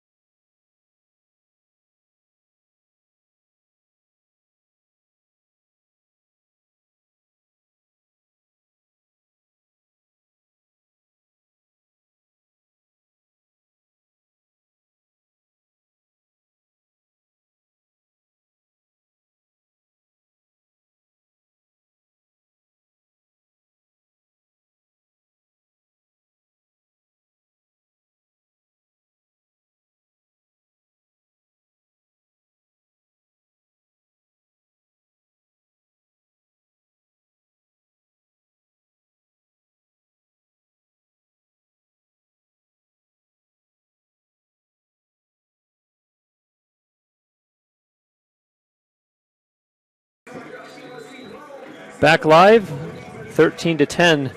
Spartans in the lead. I'm Bruce Wozniak alongside Morgan Basler-Pease, and what should be an exciting fourth quarter. And everything that we expected out of NCAA playoff lacrosse. Shots on goal through three quarters are 20-13 in favor of UT. Draw controls are dead even at 13. 12 turnovers by the Tars, 11 by the Spartans. And Sophie Risk coming out to midfield for the home team to take this draw. And I thought there were maybe 4 seconds left in the Alyssa Romano penalty. She's still sitting over in the penalty area on the far side of the field. I don't know why it's not up on the scoreboard. It's going to be a big fourth quarter for both teams, and it's already been a really aggressive game. So I think what you're going to see is that the officials are going to let more go because they don't want to be the game deciding factor, but they're going to make sure that it stays safe and under control. And like I had mentioned earlier, Bruce, big fourth quarter coming up here, and it'll be interesting to see who's going to come out in the long run here. Holland Troutwin out there for the draw for Rollins. And the three officials on the field coming together. And I think Joan Sitterly, who's the official that was on that far side over there, I think what she was counting was that they possibly think that Rollins, they're giving a green card. Joan Sitterly is giving a green card here. I'm trying to see who she's giving it to. So it's looking like there's too many players on the field. For Rollins. For Rollins and not for UT, again, because UT still has that yellow card. But they're definitely going to award UT the ball here. And that's a... And it was Rollins had too many players on the field, so it's going to be a green card, and UT is going to be awarded the draw control. That's a coaching error. That's a mental error. That's unacceptable in NCAA playoff lacrosse, period, not to mention at the end of the third quarter. You know, that's a time when you've just regrouped, you've just had the quarter break, and you come out and make that mistake. And now Tampa's back at full strength, by the way. So the 1 minute penalty counting down against the Tars. And UT with an opportunity here to make this a 4-goal lead, which, correct me if I'm wrong, I believe has been their biggest lead. No, actually it was 10-5 at one point. 5 was their biggest lead. And so Myhall sends it up top for McGettigan.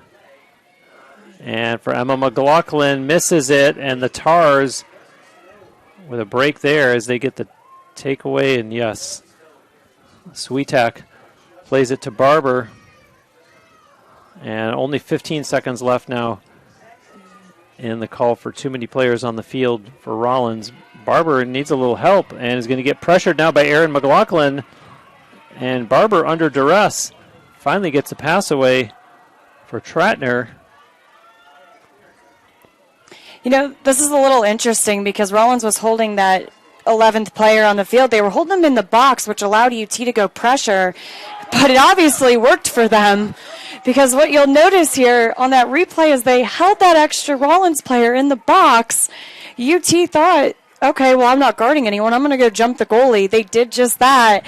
And Barber was able to see that, got the clear up to the girl that was hiding in the box there, which allowed Rollins to have that fast break to goal and make the score a 2-goal game now. So 1:22 into the fourth quarter.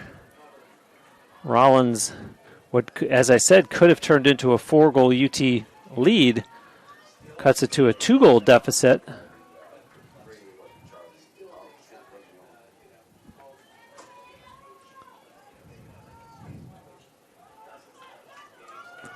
And we're going to see Kelly Gallagher go back to Kayla Brennan for this draw for UT. Caroline Bailey with the goal. Now has 3 in this game. That goal was unassisted.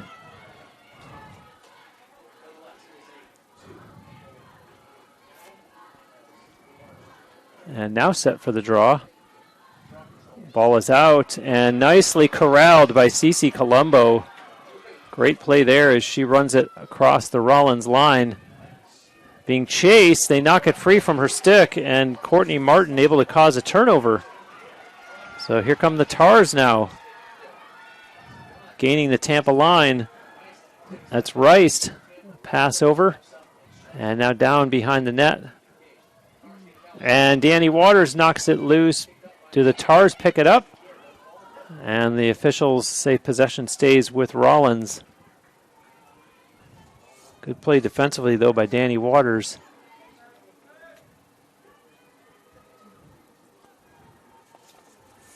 And she's 22 for Tampa, and this is 22 Rice with it for the Tars.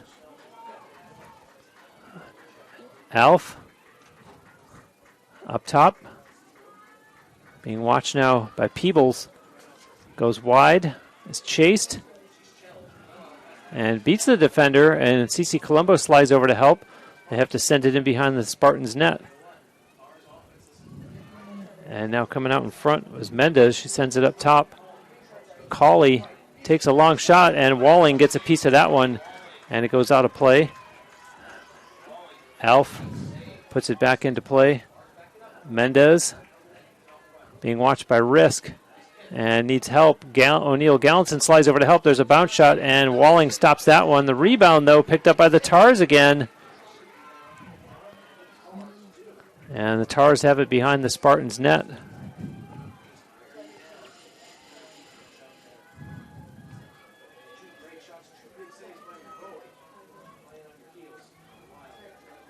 Nice little spin move there by Mendez, and play stops. Yeah, they're going to call UT for a shooting space call there. So it was a great setup there by Rollins. You know, they cleared through. They set her up for the 1v1. UT went to go slide. And as we saw earlier in the game, when you set that stack down low and they go to slide from that low to high, you're always going to get that shooting space call. So great play there by Rollins, and we'll see if they can bring this into a one-goal game. Molly Mendez, who has 3 goals in this game, and takes the long shot, and Walling handles that one easily. Looked like it was going to go wide anyways. And now here comes UT back the other way. Holliston Wagner crossing midfield. Wagner gains the Rollins line, carries on. Mott. Pass in for McGettigan and for Colderman. And watch out for Julia Colderman. 2 goals in this game and an assist. And she's been eerily quiet. And that's when a goal scorer like her will sneak up on you, as you see her being a field general out there. And now Cece Colombo directing traffic as well from up top. Colderman starts her move, gets around the defender, has it knocked from her stick though, and Colderman picks it back up. And she'll send it up for Cece Colombo. Cece looking to go one-on-one. The pick from Colderman, and the defender slides over to help out. Down low it goes. Goal line extended.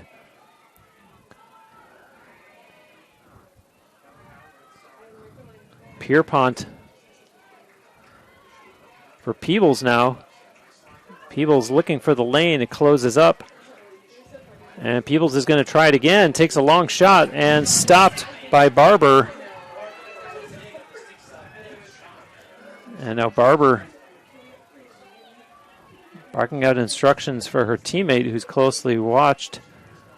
And Barber brings it all the way up to the restraining line. Looked like she was going to throw the long pass. And now continues. And Barber doesn't have an open teammate. And comes all the way up to midfield. And now finally gets a pass away. And watch out, knocked down by the Spartans. And Barber needs to hustle back if UT gets to this. The Tar is able to pick it up, however. And now DeGroat changes hands. DeGroat ridden out by Colombo. And this is Caroline Gassengay with a pass over for Colley, who moves it over and gets it right back. Playing catch with Thornwell. And that's Caroline Gastengay again.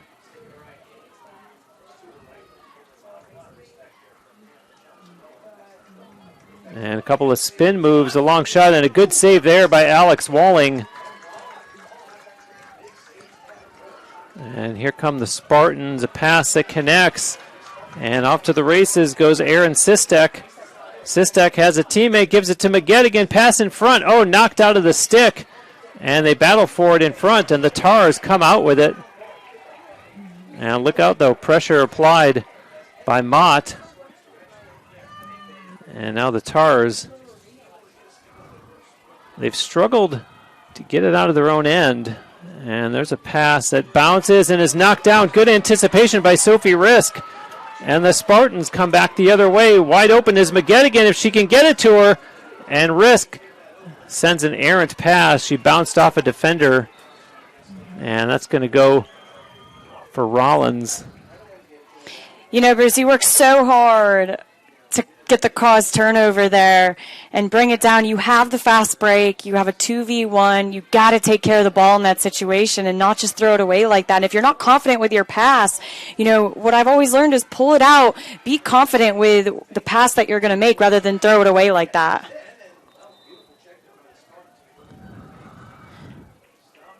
And you heard the horn go in the background.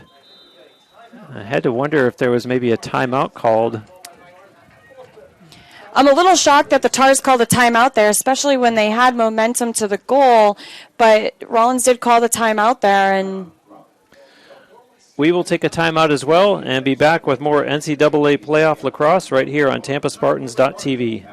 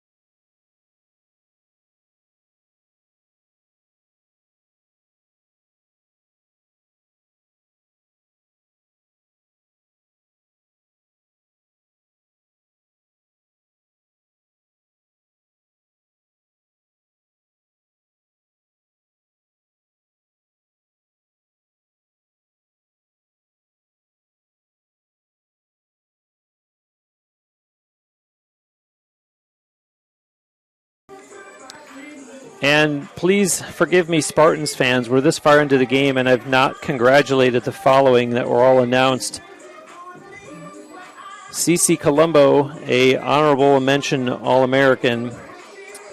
Sarah Hinkle, first-team All-American. Alyssa Romano, second-team All-American. Alex Walling, second-team All-American.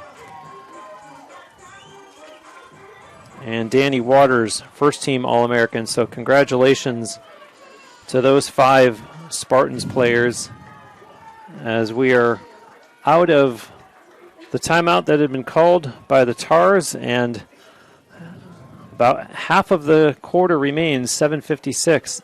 88 degrees, our temperature, and this is about as intense as it's going to get, a 2-goal game. And the Tars, who trail, have the ball. And down behind the Spartans net it goes.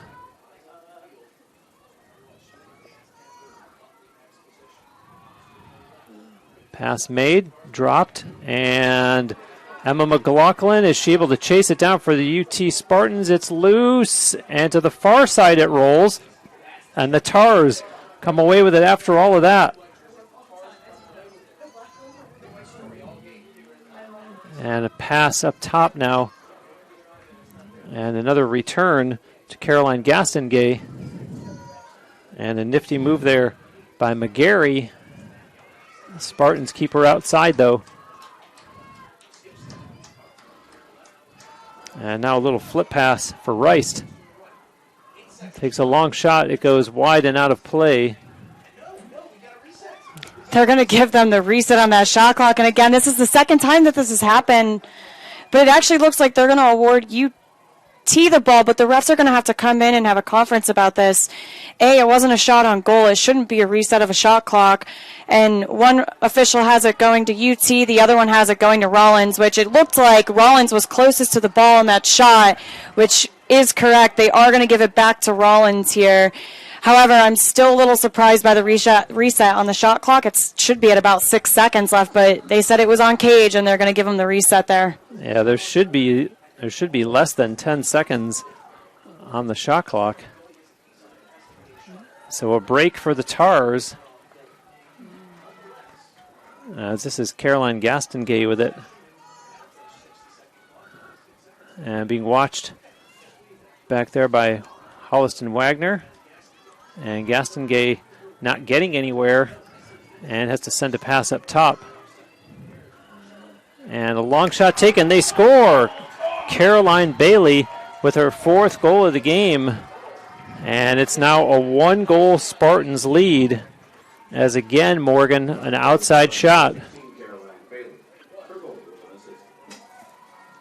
Yeah, you'll notice that McLaughlin had great 1v1 defense there, and they weren't able to get the ISO, so they swung it up top there. And, even with the high-pressure defense, Rollins was still able to free up their hands and get that far outside shot and finish there. So, Bruce, we're in a 1-goal game now in NCAA tournament play with 6 minutes left on the clock. I can tell you right now that this draw control is huge.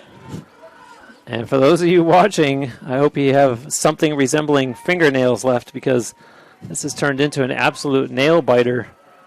And keep in mind, as I said, that the Spartans had led 10-5 at one point. So kind of a reversal of fortunes. And, of course, there's still plenty of time left here, 6:06. But I had talked about UT winning the Sunshine State Conference Championship by overcoming what was a 10-2 deficit and a 10-goal third quarter alone. And all of a sudden, a team that once led by 5 now only leads by 1. And there is the draw, and controlled by the Tars. And so here comes Rollins setting up and trying to get this game tied up.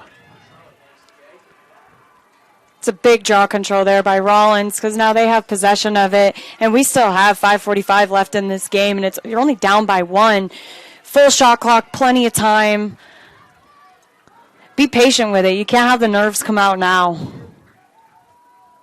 Yeah, the next goal is only going to tie it, so it's like getting up to bat and thinking that you have to hit a home run when simply a base hit will do.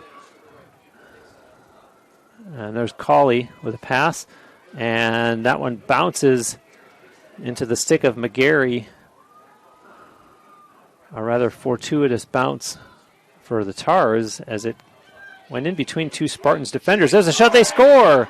And the game is tied. 5:06 to go in regulation, and we are knotted at 13. And Caroline Bailey, wow, her 5th goal of the game. They set her up for an ISO up top there. And, you know, in UT with defense there, what you got to do, you got to turn her back into the middle where all your help is. And her way that UT's feet was set up was that she was still pushing her to the outside. And Rollins is not afraid to take that outside shot, Bruce. They're going to keep going for that outside shot. It worked. It's 13-13. UT is now calling a timeout. And, again, we have 5 minutes left. Draw controls are going to be huge. Possession of the ball is going to be huge. And, you know, goalkeepers, it's going to come down to who's going to step up, make the big saves, who's going to take care of the ball. So very smart here by Kelly Gallagher to call the timeout after Rollins just had 2 more goals in a minute. And Rollins, you have to admire them playing on the road here, and they had fallen behind by 13-10 and have now scored. Well, Caroline Bailey single-handedly has scored the last 3 goals to make that 13-10 lead for UT evaporate into what is now a 13-13 tie. And so Spartans coach Kelly Gallagher needing to settle down her troops. And Caroline Bailey has really carried this team. 5 goals. Now granted, Mendez has 3, and the Gaston Gays have 2 goals each. But the Spartans need to take a longer look when number 16 has the ball for the Tars. You know, Bruce, the first question that you had asked me at the start of the game was, does that first game that UT beat Rollins 17-7, you know, should we take that into consideration? And as you can see right now, don't take anything into consideration once you're in bracket play. I mean, you got to look at this the exact same way that you look at March Madness. How many upsets do you have in March Madness? It's the same exact situation here, and this is where you see people really step up, they make adjustments, and they go into the game with a fresh start, fresh head, ready to just see what's going to happen, because you never know. Yeah, and all of a sudden, that exciting come-from-behind victory to win the Sunshine State Conference Championship, for all intents and purposes, means nothing, because it all comes down to this final 5:06 of regulation here. And CC Colombo is sent out by Kelly Gallagher to take this draw. I had mentioned near the end of the regular season that CC had passed the 200 draw controls plateau for her Spartans career. And so her coach sends her out here now to oppose Holland Troutwin. And they are set for the draw. The ball is out and right into the stick of Riley McGettigan. Very cleanly won by UT as they go to work now offensively. Peebles with it in the corner. Peebles right below the scoreboard.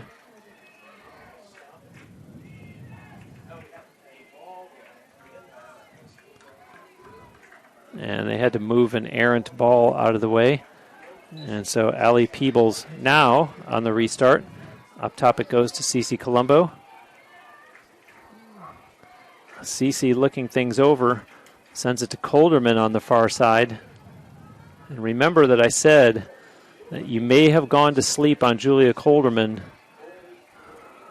and you don't want to let her find her groove. Here she goes. Colderman had passed down low and returned in front for Hinkle, and a good save there by Barber on Sarah Hinkle. And look out, now the Spartans take it away, and Pierpont has it. And CC Colombo smartly holding up her hand, telling her teammates, hold on, settle down. And a fresh shot clock for the Spartans. And what a unique turn of events there. Yeah, you know, that was a big save there by Rollins. And, you know, you got to be patient with those clears. You know, you have time. You don't need a turnover like that. But shout out to CC Colombo for, you know, getting that turnover and getting them another fresh shot clock and possession of the ball here. And that's that emotion, that excitement that we just finished talking about that you can't let get the best of you. And so here's the Spartans as Colderman cuts inside, shoots and scores! Julia Colderman. And the Spartans take the 14-13 lead with 3:35 to go. And Colderman gets her third goal of the game after I'd been talking about not going to sleep on her. And the Spartans take advantage of getting the ball back. Yeah, they set her up for the ISO up top there, and she took advantage and was able to free her hands right down the center lane there. I'm a little shocked that Rollins didn't send a quicker slide, especially knowing how big of a threat she is offensively. Julia's goal is unassisted. 3 goals and 1 assist in this game for her. And a huge goal for the Spartans after Rollins had battled back with 3 consecutive goals. And now Cece Colombo will do the honors for UT again on this draw against Holland Troutwin.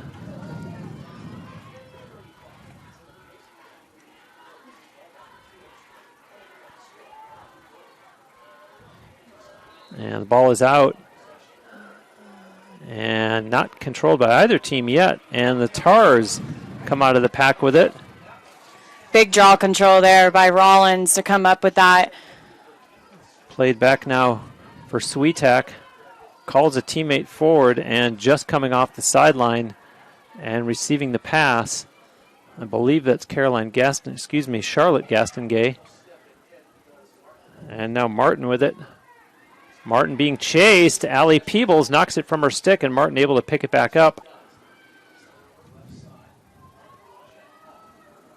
And the Tars with it in the far corner. 2:53 to go in regulation time. Tars have it behind the Spartans net. Pass up top and taken away. The Spartans with a turnover. And here goes Danny Waters, a pass up ahead for McGettigan. McGettigan smartly is going to slow it up like we talked about before.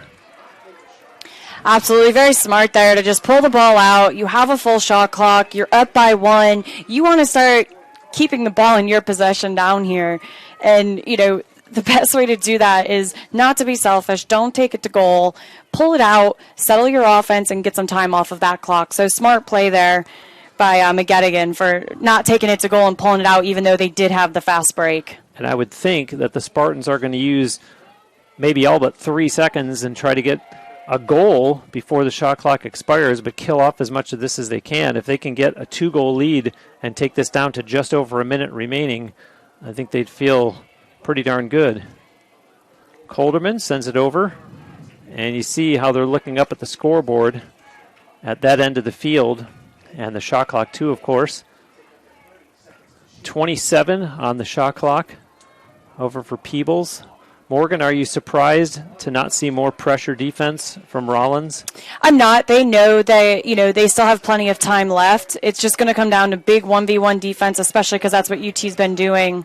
Mott takes a shot, and Barber makes the save. And the Spartans get the rebound, however. And so this is a big opportunity now for UT. And a huge rebound, as big as the save was. UT gets it back. Absolutely big save there by Rollins' goalkeeper, but you're now going to see, as you were just asking about that high-pressure defense, because UT got that ball back, now you're going to see Rollins going a little bit more high-pressure defense because now the, you know, game clock, shot clock, that's all going to take a big factor because now you're running out of time and you need the ball back. 17 seconds difference. There's 17 seconds more on the game clock than there is on the shot clock. And now some pressure applied. And it's in the stick of Danny Waters. Waters weaves her way through. Waters has some room to work. Danny Waters, open net. Scores! Danny Waters, 24 seconds left. And the Spartans go into a 2-goal lead. I see what Rollins was trying to do there by pull the goalkeeper out to guard that low attacker, but at some point you have got to get back in the goal on that. You can't just leave a wide open net as you see her streaking right down the middle to go to cage. So I'm a little shocked that you didn't see Rollins' goalkeeper hop back in cage on that, but great field awareness, great job by UT there. They have a 2-goal lead, 24 seconds left on the clock, but as I stated earlier, Bruce, don't hold your breath that this game is done. It takes 10 seconds to score a goal from the draw, and there's still 24 seconds left in this game. The other thing that I admire about that play by Danny Waters, now she's a grad student, so she's a veteran lacrosse player, is the excitement would say, oh my gosh, open net, I'm going to shoot. But instead, she made sure that she was close enough that it was an absolute sure thing instead of the outside chance that out of your excitement, you throw it and you miss the net. So instead, she scores, and it's a 2-goal Spartans lead with 24 seconds left. And the officials not quite set yet. We're going to have a draw between Cece Colombo and Holland Troutwin. Oh, man, it looks like Rollins had too many players on the field again. And with 24 seconds left, you got to be careful of that kind of stuff. They're very lucky that they didn't award UT the ball. And it's only because they weren't set up to do the draw yet, but with 24 seconds left, you've got to be careful of that.